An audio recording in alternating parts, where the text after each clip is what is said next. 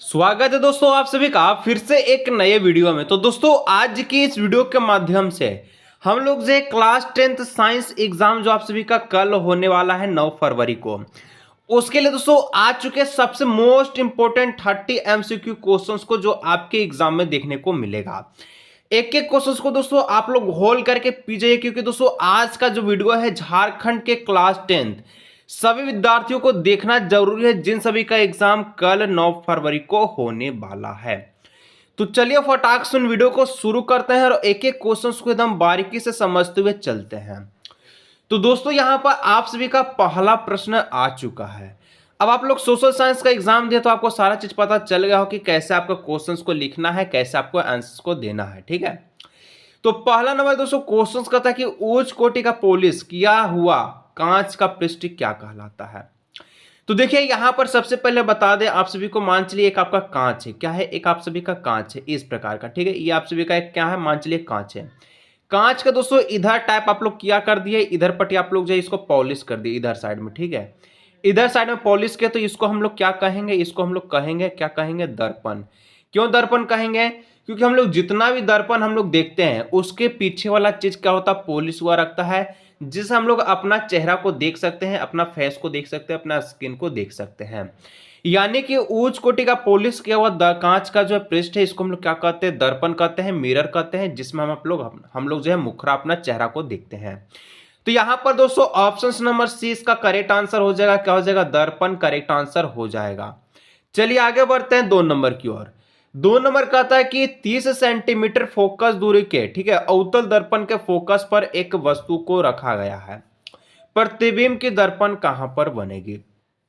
सबसे पहले क्या बोलता है कि 30 सेंटीमीटर फोकस दूरी के अवतल दर्पण, यह अवतल दर्पण है, क्या है, ये अवतल दर्पण है। ठीक है, ये क्या है, अवतल दर्पण है। अवतल दर्पण में दोस्तों 30 सेंटीमीटर यहां पर मान चलिए फोकस दूरी पर क्या रखा गया है, कोई आप सभी का वस्तु रखा गया है। तो प्रतिबिंब कहां बनेगा। तो दोस्तों हम लोग जानते हैं कि दर्पण में, अवतल दर्पण में 6 प्रकार का प्रतिबिंब बनता है। एक आपका अनंत से जाता है तो फोकस की होकर क्या करता है, गुजरता है, ये वाला। ठीक है, और एक आपका फोकस पर रखा हुआ रहता है तो ये आपका अनंत में जाकर के क्या होता है, मिल जाता है, अनंत में जाकर के क्या होता है, मिलता है। तो इस प्रकार से दोस्तों यहां पर अगर हम लोग देखें तो दर्पण में आप सभी का वस्तु को कहां पर रख रहा है, फोकस पर रख रहा है। और देखिए फोकस पर जो भी वस्तु को रखेगा ना उसका प्रतिबिंब कहां पर बनेगा, अनंत में बनेगा, इनफाइनाइट में बनेगा, जो कि हम लोग देख ही नहीं पाएंगे। ठीक है, बहुत बड़ा बन जाएगा जाकर के।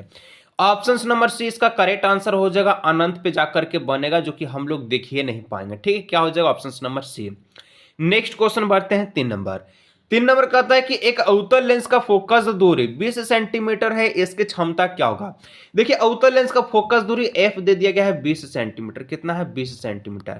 क्षमता है पी, पूछा पी कितना होगा। हम लोग जानते हैं पी बराबर क्या जानते हैं, 1/f जानते हैं, क्या जानते हैं, 1/f जानते हैं। अब देखिएगा यहां पर P बराबर हम लोग 1/f जानते हैं, तो f कितना है, 20 सेंटीमीटर है, कितना है, 20 सेंटीमीटर है। और हम लोग जानते हैं कि जो क्षमता होता है ये क्या क्या चीज में होता है, तो आपका मीटर में होता है। ठीक है, डायप्टर हमेशा जो है मीटर में होता है।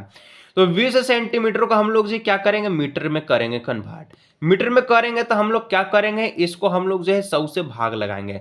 100 से भाग लगाएंगे तो यहाँ पर आप सभी का आ जाएगा 0.2 आ जाएगा, क्या आ जाएगा, 0.2 आ जाएगा।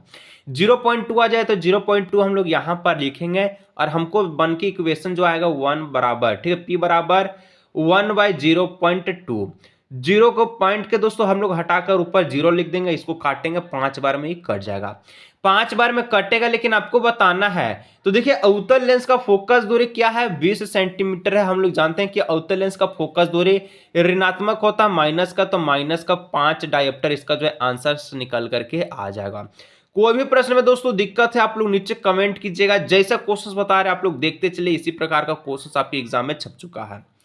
4 नंबर, अवतल लेंस में आवर्धन बराबर होता है, तो अवतल लेंस में आवर्धन यानी कि दोस्तों एम का सूत्र पूछा है लेंस में, तो लेंस में एम का सूत्र पूछा है तो हम लोग जानते हैं v बराबर यू। ठीक है, v/u यानी ऑप्शन नंबर 20 का करेक्ट आंसर हो जाएगा। चलिए नेक्स्ट क्वेश्चन 5 नंबर। नेत्र गोलक के लंबा होने कौन सा दृष्टि दोष उत्पन्न होता है?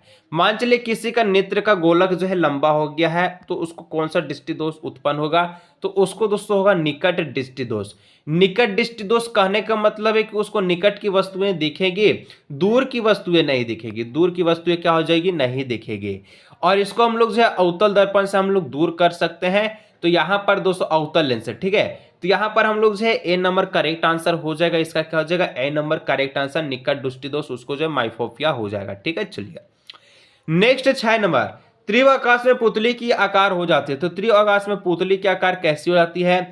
तो देखिए सबसे पहले आपको बता दें कि अभी आप छत्ता पर जाइए या फिर घर से बाहर जाइए, सूरज को देखिएगा, ठीक है। सूरज को देखिएगा तो आपका जो आंख क्या है, आंख जो ऑटोमेटिक बंद हो जाता है, यानी कि पुतली कैसे हो जाती है? एकदम छोटा हो जाता है, ठीक है। छोटा हो जाता है, ऑप्शन नंबर हो जाएगा और स्मॉल हो जाता है।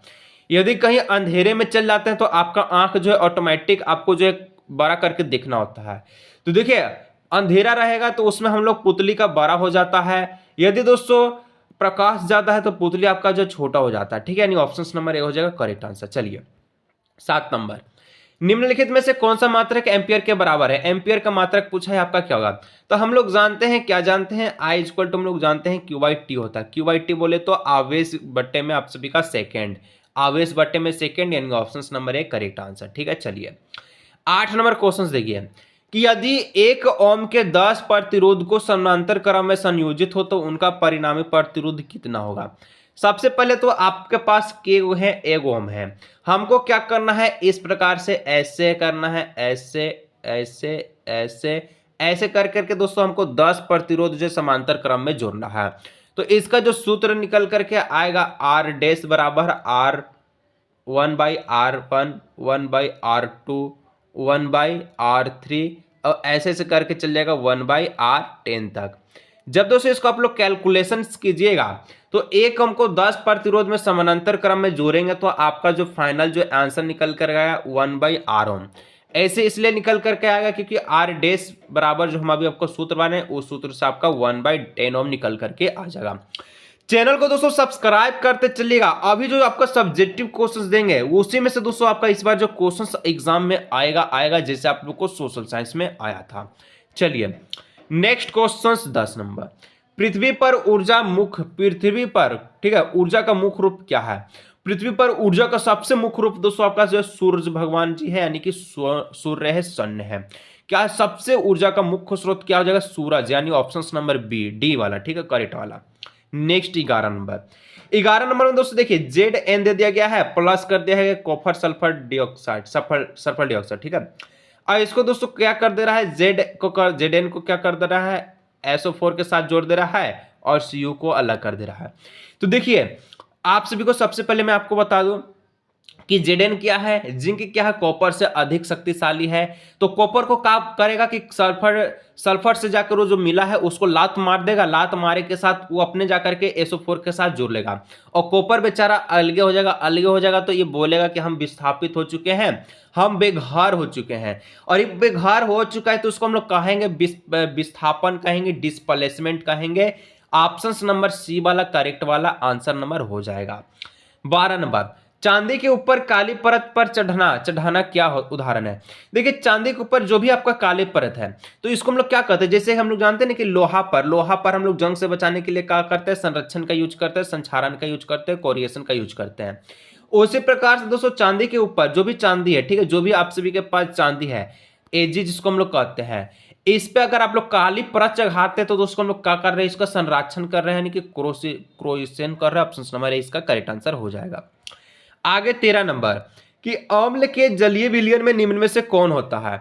सबसे पहले आप सभी को बता दें कि अम्ल में दोस्तों H+ आयन होता है, H+ आयन होता है। क्षार में क्या होता है? OH- आयन होता है, OH- आयन। अम्ल में पूछे H+ आयन, क्षार में पूछे OH-, यहाँ पर option number B correct answer हो जाएगा। चैनल को दोस्तों सब्सक्राइब करते चलिएगा। अभी जो सब्जेक्टिव का वीडियो आएगा उसी में से क्वेश्चन आएगा का, ठीक है, लिख कर आपको ले लीजिएगा। विरंजन चूर्ण का ऐसा रासायनिक सूत्र पूछा है, विरंजन चूर्ण का रासायनिक सूत्र क्या हो जाएगा? तो कैल्शियम होता है, CaCl2 होता है, यानी ऑप्शन नंबर सी इसका करेक्ट आंसर हो जाएगा। ठीक है, चलिए बेकिंग सोडा का पूछे, बेकिंग सोडा का आप लोग कमेंट करके बताइएगा, जान देखना चाहते हैं कि हम जो है कितना अच्छा पढ़ा पा रहे हैं, आप लोग याद है कि नहीं। बेकिंग सोडा का दोस्तों सभी विद्यार्थियों को नीचे कमेंट करके फॉर्मूला बताना है कि इसका रासायनिक सूत्र क्या होगा। 15 नंबर, निम्नलिखित में से कौन से धातु सार्वत्रिक तन्य है? सार्वत्रिक तन्य बोले ना, तो देखिए सबसे पहले तो आपको आंसर हम बता देते हैं, इसका आंसर सोना होगा। सोना कैसे होगा? देखिए 2 ग्राम अगर आप लोग जो है सोना लेते हैं, ठीक है, तो दोस्तों 2 ग्राम सोना से 1 किलोमीटर से अधिक क्या हो जाएगा? आपका तार बन जाएगा। क्योंकि सोना दोस्तों तब सबसे ज्यादा लचीलापन होता, सबसे ज्यादा तन्य होता, जितना उसको खींचेंगे उतना ही आपका पतला होगा, जितना आप लोग उसको खींचेंगे उतना ही पतला होगा। 2 ग्राम से हम लोग 1 किलोमीटर तक हम लोग तार को बना सकते हैं, यानी ऑप्शन नंबर ए वाला करेक्ट वाला। आगे बढ़िए 16 नंबर। 16 नंबर कह रहा है कि धातुओं की क्रियाशील का सही क्रम लिखिए। सबसे ज्यादा क्रियाशील यहां पर कौन होगा और सबसे कम कौन होगा? तो देखिए सबसे ज्यादा आप सभी का होगा सोडियम हो जाएगा, उसके बाद आपका मैग्नीशियम हो जाएगा, मैग्नीशियम उसके बाद आपका जिंक हो जाएगा और उसके बाद आपका कॉपर हो जाएगा। ठीक है, इस प्रकार से आपका होता है। अभी हम लोग देखें ना, कॉपर सबसे ज्यादा शक्तिशाली था, तबे तो आपका कॉपर को लात मार दिया। तो सबसे ज्यादा आपका सोडियम है, मैग्नीशियम है, जिंक है, कॉपर है, सोडियम है, मैग्नीशियम है, जिंक है, कॉपर है, सोडियम है, मैग्नीशियम है, जिंक है, कॉपर है, सोडियम है, मैग्नीशियम है, जिंक है और कॉपर है। चलिए आगे बढ़ते हैं 17 नंबर। 17 नंबर कहता है कि कार्बन की संयोजकता कितनी होती है? सबसे पहले आप लोग बताइए कि कार्बन की परमाणु संख्या कितनी होती है? सर जी कार्बन की परमाणु संख्या 6 गो होता है, तो इसका इलेक्ट्रॉन के गो हुआ? 6 गो हुआ। बोर्स एंड बरी के मुताबिक इलेक्ट्रॉन का कक्षीय विभाजन कीजिए, इलेक्ट्रॉनिक विन्यास कीजिएगा, तो के कक्षा में 2 गो, एल कक्षा में 4 गो, और एल कक्षा में 4 गो है, तो 4 गो है तो इसको 4 का जरूरत पड़ेगा या फिर 4 गो किसी को देगा। 4 को जरूरत पड़ेगा तो 4 संयोजकता होगा, 4 देना होता तो 4 ही होता, यानी ऑप्शन नंबर सी वाला करेक्ट वाला। आगे बढ़िए 18 नंबर। लंबी श्रृंखला वाले कार्बोक्सिलिक अम्ल के सोडियम लवण को कहते हैं। सबसे लंबा कार्बोक्सिलिक अम्ल जो सोडियम लवण को कहते हैं सॉप होता है, हम लोग जिससे नहाते हैं, साबुन। आगे बढ़िए 19 नंबर। 19 नंबर कहता है सिलिकॉन आधुनिक आवर्त सारणी के किस वर्ग का सदस्य है? सिलिकॉन दोस्तों पूछा जाए, सिलिकॉन तो सिलिकॉन आप सभी का 14 वर्ग का समूह है, ऑप्शन नंबर सी वाला करेक्ट वाला। आगे बढ़िए 20 नंबर। आधुनिक आवर्त सारणी के आवर्त 2 में कितने तत्व हैं? देखिए आधुनिक आवर्त सारणी में आवर्त 2 में आवर्त में पूछे, पीरियोडिक टेबल 2 में पूछे तो कितने तत्व मौजूद है, कितने एलिमेंट मौजूद है? पीरियोडिक टेबल किसको किसको याद है कमेंट कीजिए, ना याद है कोई दिक्कत ना, 8 गो इसका आंसर करेक्ट आंसर हो जाएगा। ठीक है, चलिए 21 नंबर कि विश्वपोषित जीव अपने उत्तरवित्तता, ठीक है, जीवता के लिए प्रत्यक्ष का परोक्षोप ग्रुप का आश्रित रहता है। तो हरे स्वपोषी पौधे पर देखिए विश्वपोषी है तो ये अपना क्या करेगा, हरे भरे चीज के खाएगा। तो हरा भरा कौन है? पौधे होता है, नहीं ऑप्शन नंबर सी डी वाला करेक्ट वाला। नेक्स्ट 22 वाला कहता है कि पौधे के वायवीय भागों से जल के वाष्प के रूप में निकलने की क्रिया को क्या कहते हैं? जल से क्या कर रहा है? वाष्प के रूप में निकल रहा है, तो वाष्प उत्सर्जन कहेंगे, यानी ऑप्शन नंबर डी वाला करेक्ट वाला। आगे बढ़िए 23 नंबर कि दो तंत्रिका कोशिका के मध्य खाली स्थान को क्या कहते हैं? दो तंत्रिका मध्य के स्थान को हम लोग खाली स्थान को सिनेप्स कहते हैं, option number C. Next number 24। मानव में वृद्धि एवं चतुराई का केंद्र क्या है? तो मानव में वृद्धि और चतुराई सेरिब्रम क्या है कि बहुत ज्यादा बुद्धिमान होता है, चतुराई होता है, सोचने समझने की शक्ति हम लोग को प्रदान करता है सेरिब्रम, जो कि आपका मस्तिष्क का भाग हो जाता है। अंडाणु निषेचित होता है, तो देखिए अंडाणु कहां पर निषेचित होता है? तो मादा में आपका कहां पर होता है? फ्लोपियन टिप में होता है, ऑप्शन नंबर डी गर्भाशय में। ठीक है, चलिए गर्भाशय में नहीं बल्कि फ्लोपियन टिप में। चलिए ऑप्शन नंबर डी वाला करेक्ट वाला। 26 नर युग्मक तथा मादा युग्मक के संयोजन से बनते हैं। तो नर युग्मक और मादा युग्मक के दोनों के संयोजक से दोस्तों हम लोग क्या कहते हैं? युग्मनज का प्रदान करते हैं। युग्मनज बोले तो जाइगोट बोले तो ऑप्शन नंबर ए, बोले तो 27 नंबर। अवशोषी अंग का उदाहरण है, अवशोषी का उदाहरण कौन हो जाएगा? कर्ण पल्लव की पेशियां और पुच्छ कोशिकाएं, निषेचक पटल, यानी ऑप्शन नंबर डी इनमें से सभी।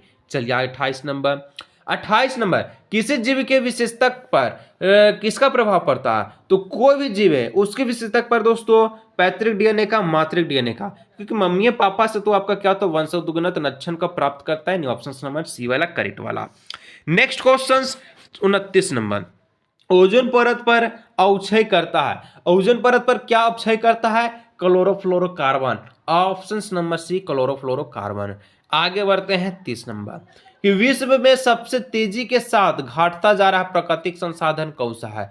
सबसे तेजी के साथ जो घट रहा है इसको हम लोग कहते हैं वन फॉरेस्ट कहते हैं। और इस प्रकार से 30 एमसीक्यू क्वेश्चंस को हम लोग जो है देख चुके हैं, जो आपके एग्जाम के लिए सबसे मोस्ट इंपोर्टेंट एमसीक्यू था।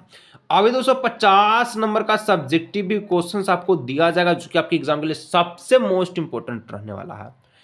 यदि दोस्तों आप लोग चाहते कि सर जी सब्जेक्टिव क्वेश्चंस हम भी पढ़ सकते हैं, कैसे पढ़ सकते हैं?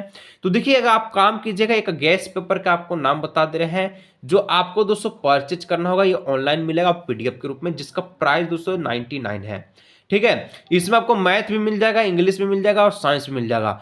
आपको क्या करना है कि डिस्क्रिप्शन बॉक्स में, ठीक है, एक टेलीग्राम का लिंक है, उस टेलीग्राम पे जाना है और मैसेज करना है कि हम क्लास 10th में हैं, हमको हल्का गेस पेपर चाहिए 99 रुपया वाला। तो जो गेस पेपर आपको दिया जाएगा दोस्तों, उसी में से मैथ का क्वेश्चन, साइंस का और इंग्लिश का आपका आने वाला है। उसको जाकर के आप लोग देख लीजिएगा, डिस्क्रिप्शन में लिंक है, पीडीएफ के फॉर्म में आपको मिल जाएगा। मिलते हैं नेक्स्ट।